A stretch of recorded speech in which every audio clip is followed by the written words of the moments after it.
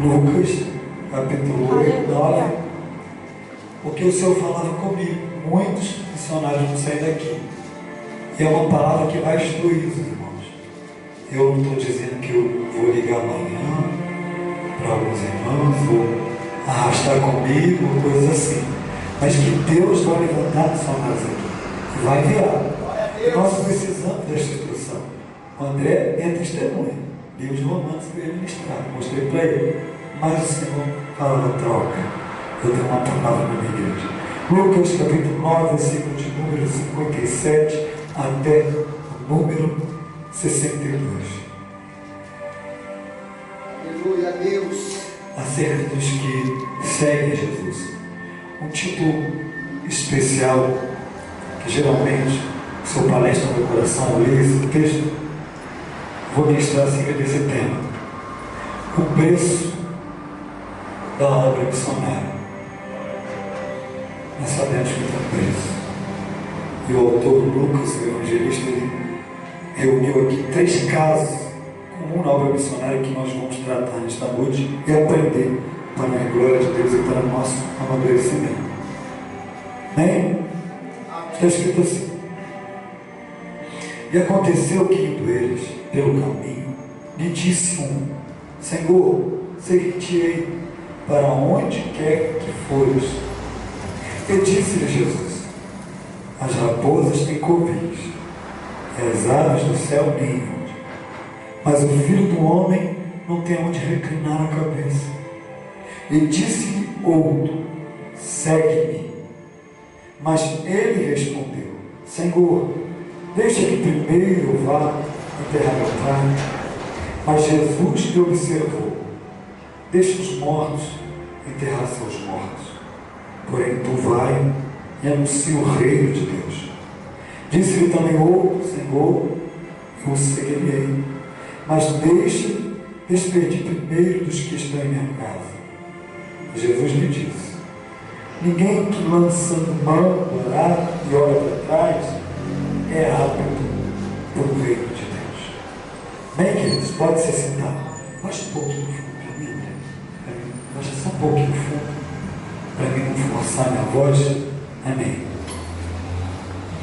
Queridos, observe que o texto, sobretudo, ele fala sobre o trabalho missionário. Jesus é aquele que nós podemos descrever como o maior de todos os missionários. E também aquele que deu início a esse ministério. Antes dele, lendo a Bíblia, você não verá outro homem sendo levantado por Deus para um trabalho missionário. Mas depois de Jesus, esta obra, ela iria se ramificar. Mas ela iniciou e foi totalmente elaborada com obras, atos e palavras, instrução pelo Senhor Jesus Cristo. Neste ponto, o evangelista Lucas, ele reuniu 3 casos que aconteceu acerca de 3 discípulos que seguiam Jesus e acerca do ministério missionário. Ele reúne 3 casos que, segundo nós podemos entender, que naturalmente não aconteceram ao mesmo tempo, apesar de eles estarem em uma perfeita ordem. Talvez o autor, vendo e ouvindo histórias, porque Lucas não vivenciou o ministério de Jesus, mas ouvindo e analisando e estudando acerca da história de Jesus, ele escreveu este relato. Então ele coloca numa única ordem, do versículo 57 até o versículo 62, 3 casos acerca de algo que comumente acontece no setor missionário. E 3 instruções de Jesus, dadas com muita sabedoria, para então direcionar os seus discípulos. Observe que o primeiro caso trata de um discípulo que, numa determinada feita, depois de ser convencido pelo evangelho pregado por Jesus, disse a ele: Senhor, eu te seguirei para onde o Senhor quer que fores. Jesus, olhando, primeiramente eu vou explicar, para a sua vida, porque no livro de Mateus, capítulo 8, é registrado que este discípulo era um fariseu, um escriba convertido, um escriba que, convencido, agora queria seguir Jesus, convencido pelos milagres, também pela instrução, a qual ele havia ouvido pela primeira vez da boca do Senhor. Mas esse escriba, que era esse discípulo, o primeiro discípulo, ele disse: eu te seguirei para onde quer que fores. Mas o que o Senhor disse diz a ele o que ele observa a seu respeito. Ele diz: olha, as aves do céu têm ninhos, as raposas têm covil. Eu, filho do homem, não tenho nem aonde reclinar a cabeça. Talvez nos pareça que Jesus estava tirando esses discípulos, mas ele estava dizendo, eu repito, tais palavras para um escriba que estava determinado a segui-lo em seu trabalho missionário. Quem eram os escribas? Eram homens levantados dentro de Israel como líderes e que viviam em uma vida em repleta mordomia. Os escribas, assim como os fariseus e os saduceus e também os sacerdotes, moravam em casas boas, muito melhores de muitos, homens que tinham fazendas na época. Eles tinham as melhores casas, vestiam as melhores roupas, comiam a melhor comida, tinham vários servos a seu serviço. E agora ele olha Jesus, realizando um milagre, pregando uma doutrina empolgada, e diz: eu vou te seguir para onde eu quero que o Senhor vá. Jesus observa esta questão: você quer me seguir? Mas eu te digo, a primeira coisa que você precisa estar disposto é abrir mão de todo o conforto material. Porque as aves do céu têm ninho, as raposas têm covil, mas eu, filho do homem, não tenho nem aonde reclinar a cabeça. Talvez ele pensou: será como no culto judaico? Será mais uma vez como tem sido até hoje? Talvez ele achou que ele teria um salário, poderia se manter, e onde Jesus fosse, ele não encontraria dificuldade, mas Jesus estava dizendo: você quer me seguir? Então a primeira coisa que você precisa possuir a predisposição de abrir mão dos confortos materiais. Porque aonde eu vou, não tem casa para me habitar. Aonde eu vou, para os lugares que eu vou, em muitos desses lugares não terá uma cama. Alguns historiadores escreveram, relataram que Jesus às vezes pernoitava nos montes, dormia dentro de buracos. Haviam sim lugares que ele era recebido, algumas casas, mas essa não era a regra comum acerca do ministério missionário. Antes ele disse: você quer me seguir? Então uma coisa eu tenho que te perguntar: você está disposto a abrir mão do conforto material? Porque o conforto é bom, queridos, ter uma casinha, uma caminha, isso é muito bom. E se eu te disser que isso é pecado, isso é intimida. Se eu te disser que uma televisão para entreter um momento seria pecado, quando você sabe ver, é intimida. Se eu te disser que um chuveirinho quente, para você se banhar dentro do seu banheiro seria pecado, é intimida. Mas Jesus diz que aquele que deseja fazer missão, ele antes de tudo tem que se preparar, porque missão e conforto não casam, não combinam, não é uma coisa que vai estar junto.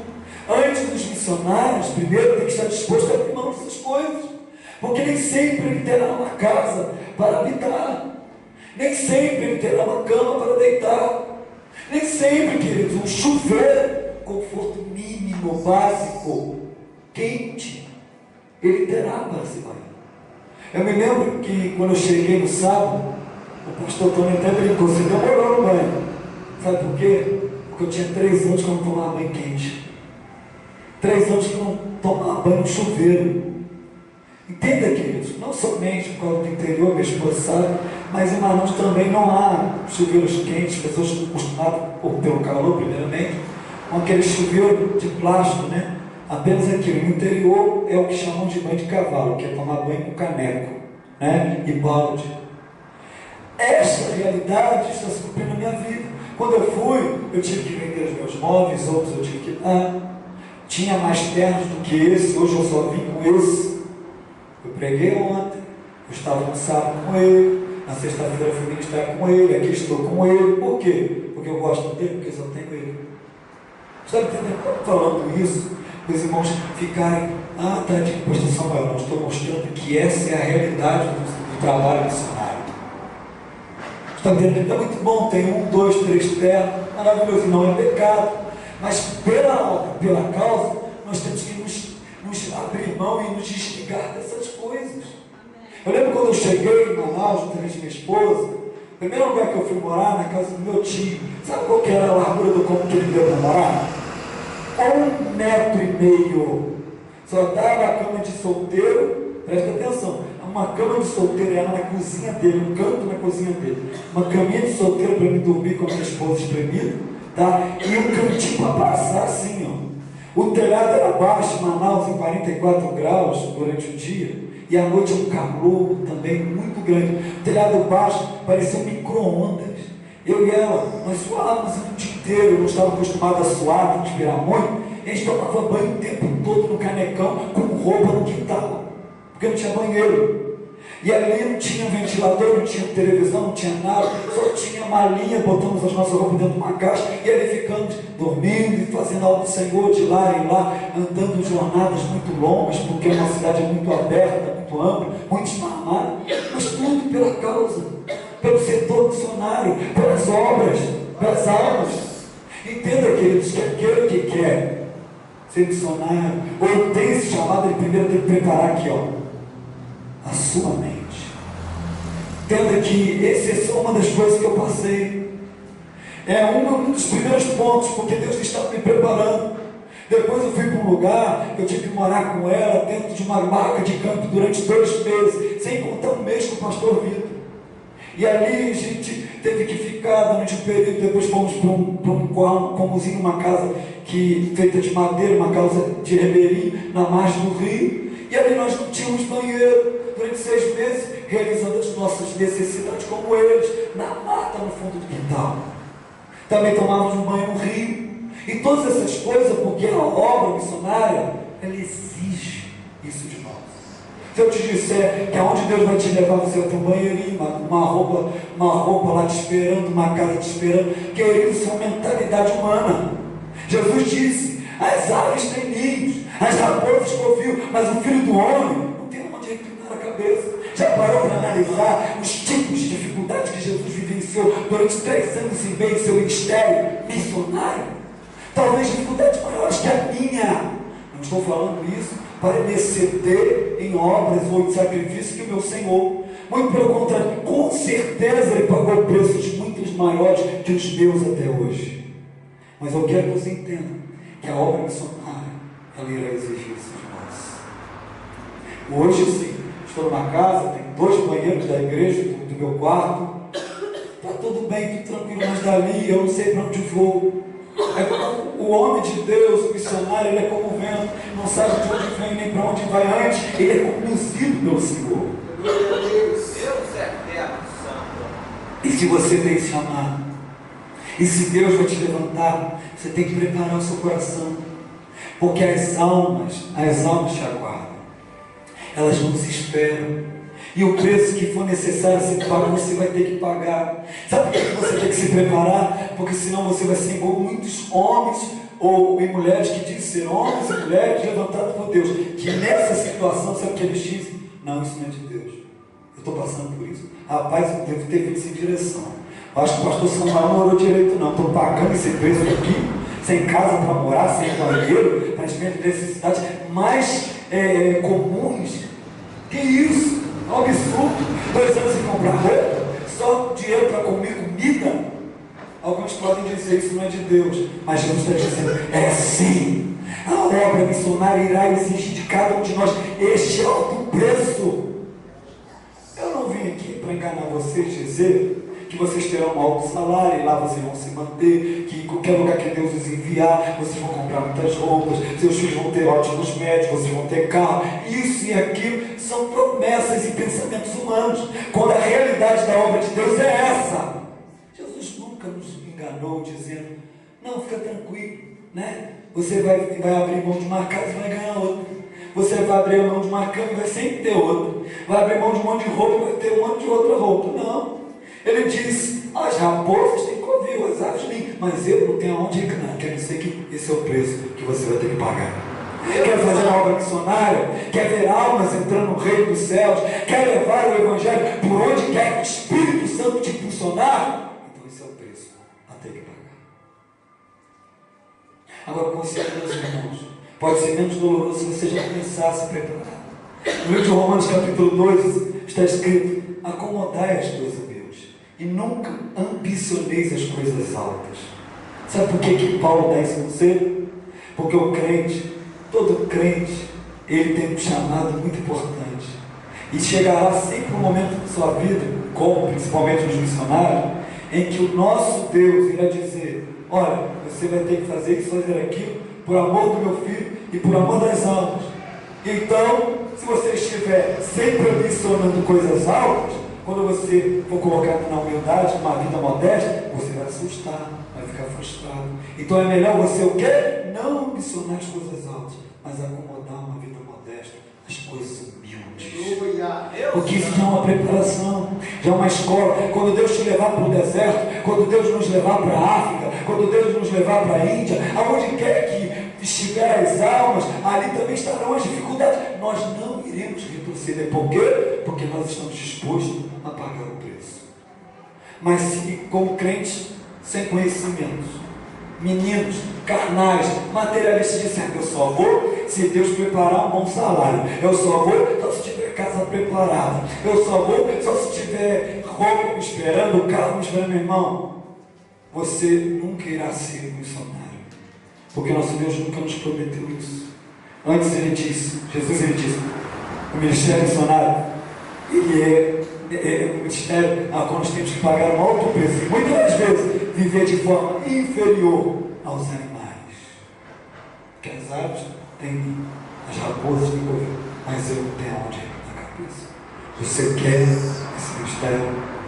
Quando Deus te levantar, se Deus tem essa obra, se você deseja, seja qual for a sua questão, se Deus te chamou para fazer a obra missionária, seja aqui, nesta cidade, outra cidade, outros estados, outros países, prepara o seu coração, porque esta é uma causa a qual não vamos poder fugir. O preço vai ter que ser pago.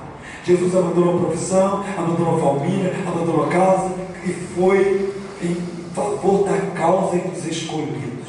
O apóstolo Paulo abandonou tudo e assim ele vivia na casa dos outros, vestia a roupa que os outros lhe davam, comia a comida que colocava na mesa, ele não murmurava e padecia tudo por amor dos escolhidos. Glória a Deus! Entenda que este é o preço a qual nós não vamos poder fugir. Então prepare-se. Essa é a primeira situação que Lucas registra e eu senti no coração passar para ele. Não é para te assustar, mas essa é a realidade. Tá? Tem muito pastor que diz assim: eu não envio ninguém para pagar preço. Então, meu irmão, você não é dirigido por Deus, porque o homem de Deus que realmente é instruído e prepara o obreiro para enviar, ele sabe, e ele já prepara o obreiro, e ele diz: meu irmão, a obra missionária é para se pagar preço.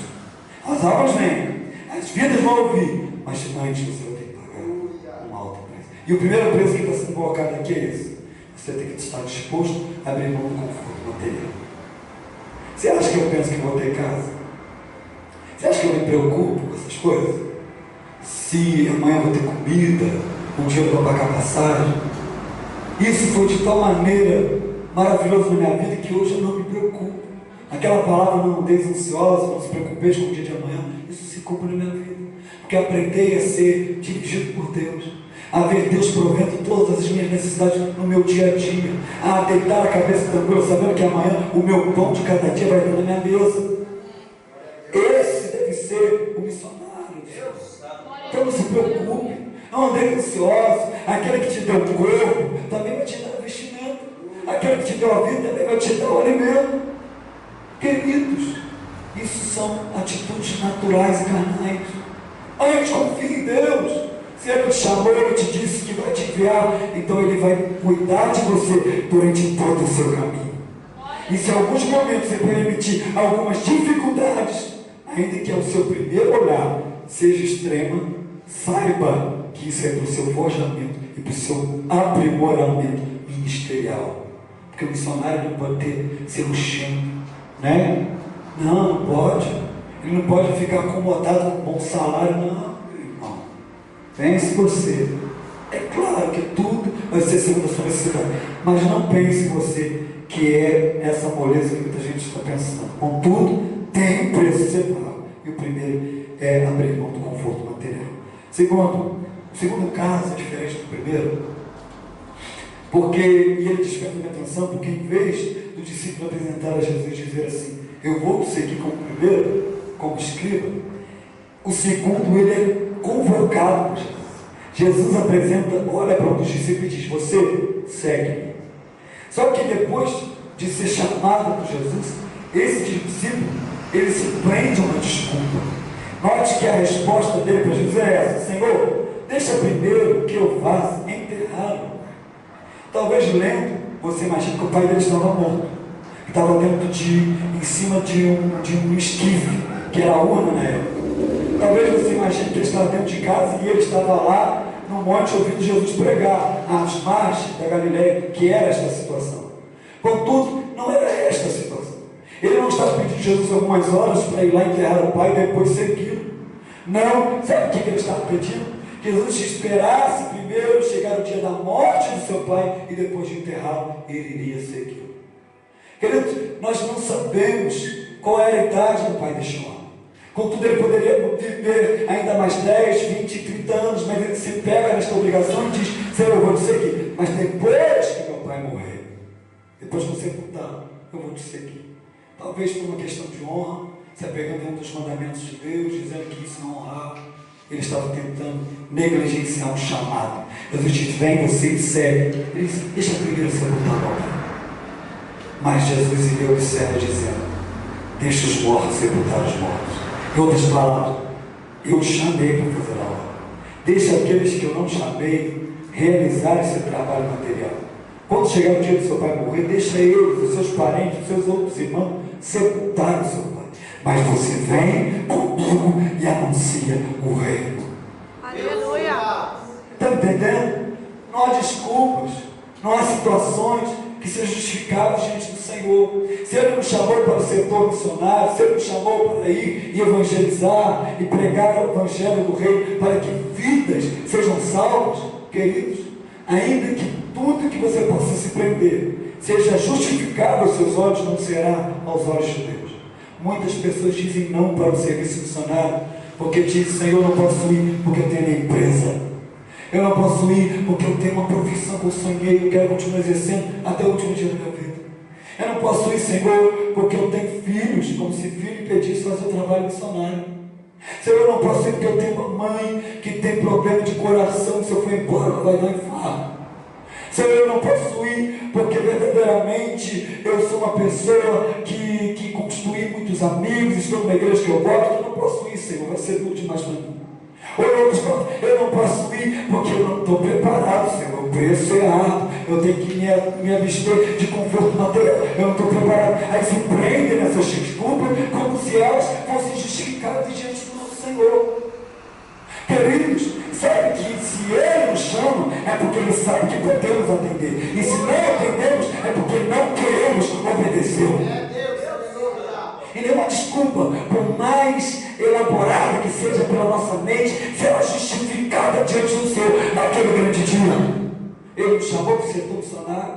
Ele disse: venha, ide ao mundo, prega o evangelho, então vá. Diga como Isaías: eis-me aqui, Senhor.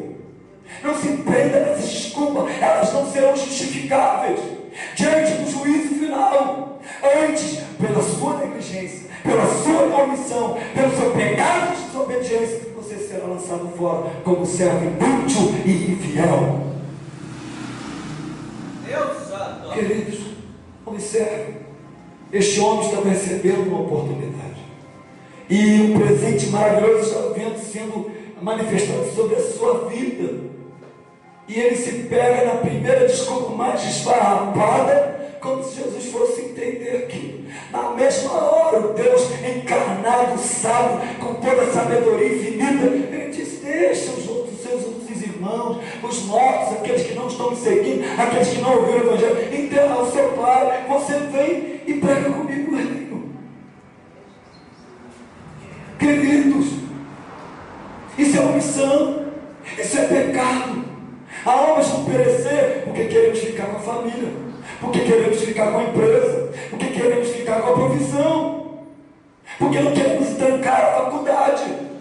Vidas estão perecendo e sendo arrastadas pelo Satanás ao inferno. Por quê? Porque os missionários estão negligenciando ir até elas, porque estão os passageiros, por causas fúteis, a qual não são justificáveis no céu. Entenda, queridos, eu não palavra para refletirmos. Somos uma igreja missionária, então quando o Senhor te chamar, diga eis-me aqui, Senhor. Não se prenda desculpa nenhuma. Eu não sou o único que fiz isso. Outros, mas duas outras famílias fizeram isso no nosso ministério, e outros, milhares de outros fizeram, estão esparramados no mundo afora. Só que quando o Senhor chamar, não se prenda em questões agora não são justificadas diante de Deus. Antes, obedeça a sua ordem e vá com Ele aonde quer que Ele te guiar. Deus Santo. Paga o preço.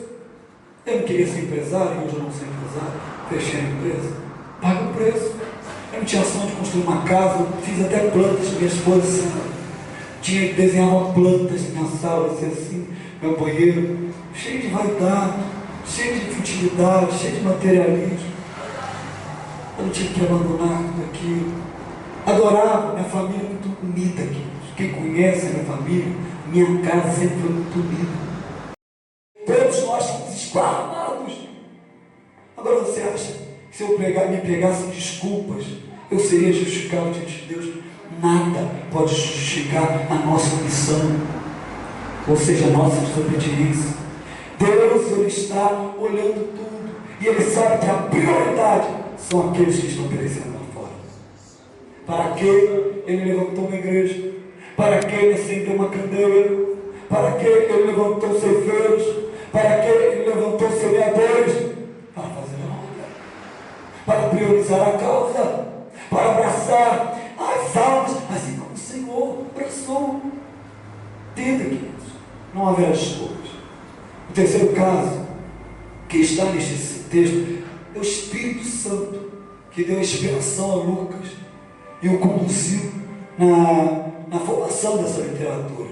Entenda que ele coloca o terceiro caso diferente dos dois primeiros. O primeiro é diferente do segundo, e o segundo é diferente do terceiro. O terceiro é diferente dos dois primeiros. O terceiro caso, olha só, apresenta-se um dos discípulos que já estava com o Senhor, dizendo: eu vou continuar te seguindo, eu te seguirei, Senhor. Ele observa, mas deixa ele primeiro ir lá despedir dos meus, da minha casa. Eu vou continuar com o Senhor, eu vou estar com o Senhor. Aí Jesus diz a ele uma palavra que talvez ele não esperava. Jesus disse: olha, aquele que já põe a mão no arado e olha para trás, não é apto por ele. Primeiro entendimento, para que você possa entender o que Jesus está querendo dizer, vamos olhar ao contexto e a prática do arador naquela época. O arado, para os irmãos entenderem, era uma peça de madeira com uma ponta pontiaguda e algumas de ferro, para que pudessem cortar a terra muito seca, Israel, em linhas retas, fazendo assim várias linhas paralelas. Tinha que ser reto, não podia ser torto não. E depois o semeador vinha e colocava a semente. O primeiro trabalho na terra era o arado. Ele separava as pedras, ele batia, cortava a terra, jogando pedras e pedregulhos, coisas secas do lado do pau, para que a terra fofa aparecesse para o semeador jogar sua semente. Só que aquele que arava, o arador, ele tinha que olhar para frente o tempo todo, porque se ele olhasse para alguém, ele desviava, ele tortava, ele cortava errado a terra. Então ele era entendido que o bom arador em Israel era alguém que olhava para frente, tinha atenção, ele estava sempre focado com o objetivo numa só coisa, que era o quê? Em arar a terra. Ele precisava fazer todo aquele trabalho de forma perfeita, para que o semeador também pudesse ter um bom trabalho.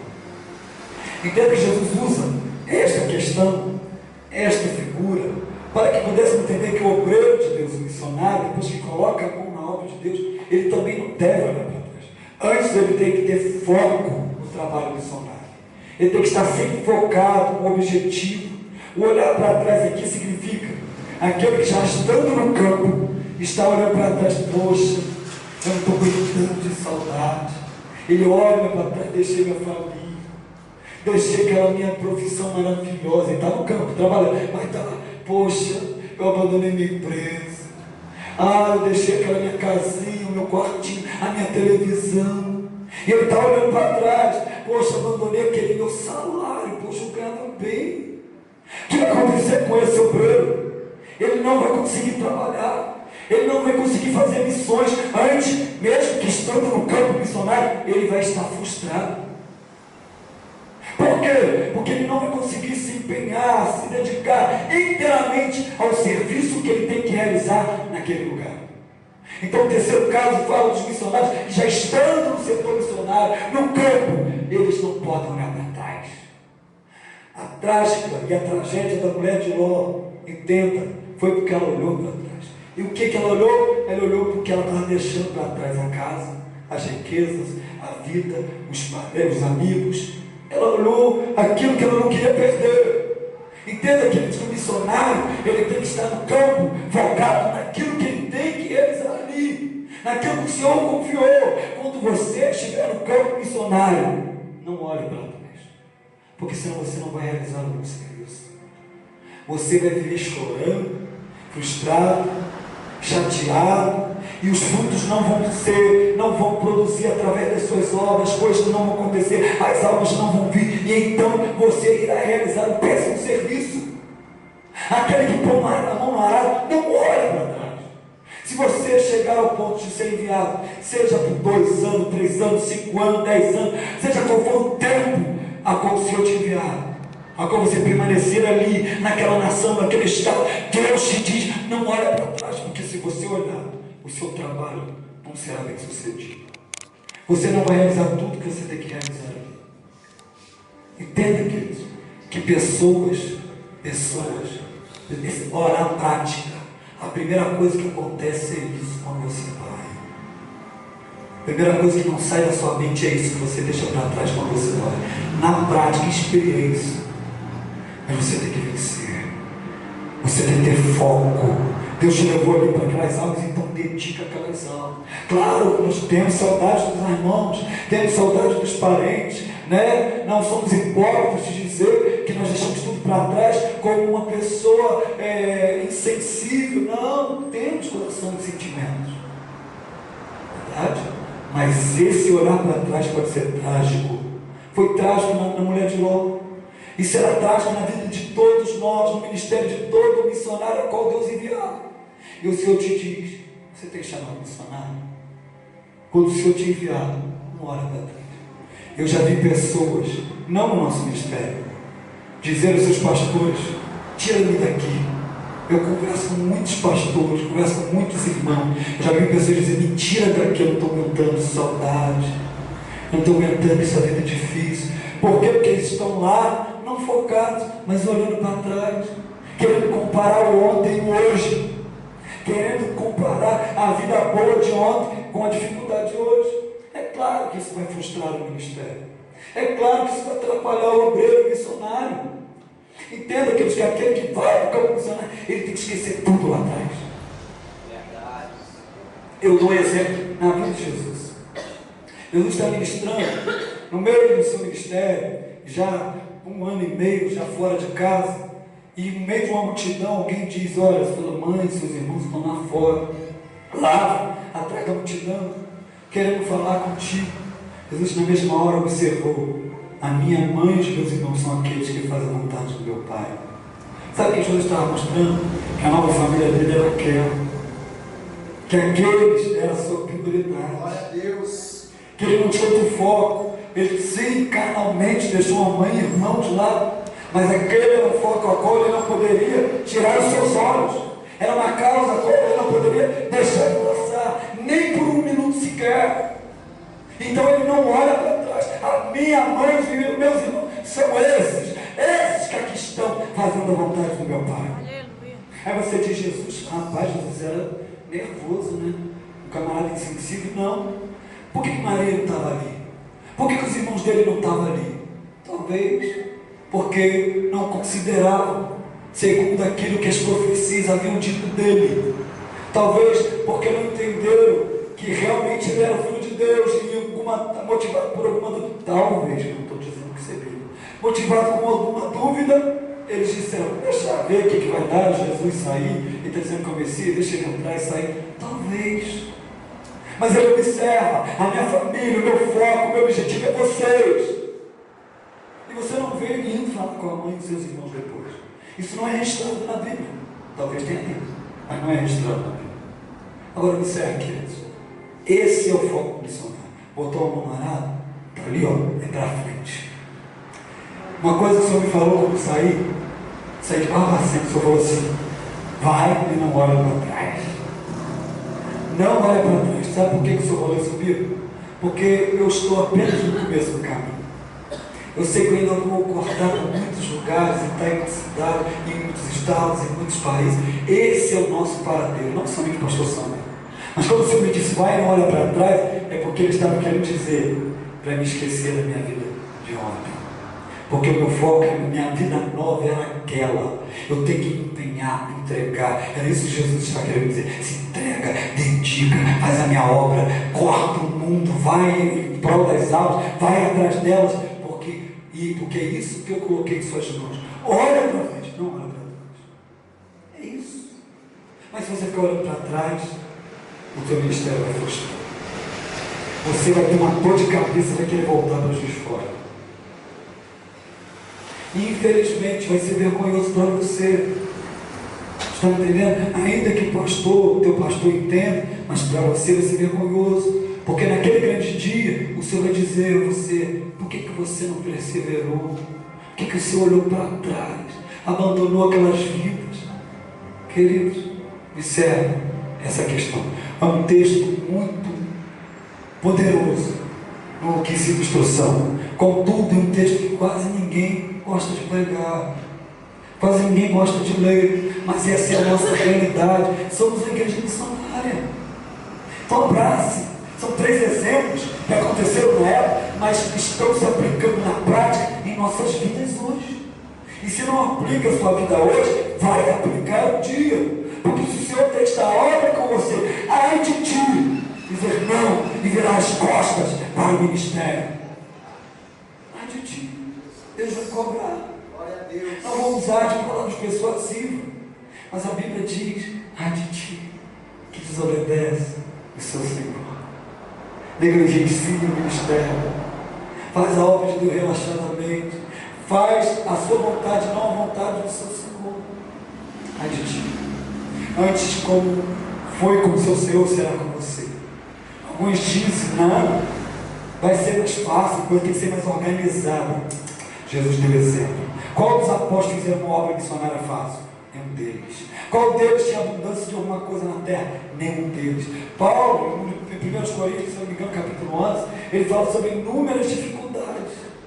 2 Coríntios, capítulo 11, ele fala, se não é a primeira, 2 Coríntios, ele fala sobre inúmeras dificuldades, entre elas fome, nudez, frio.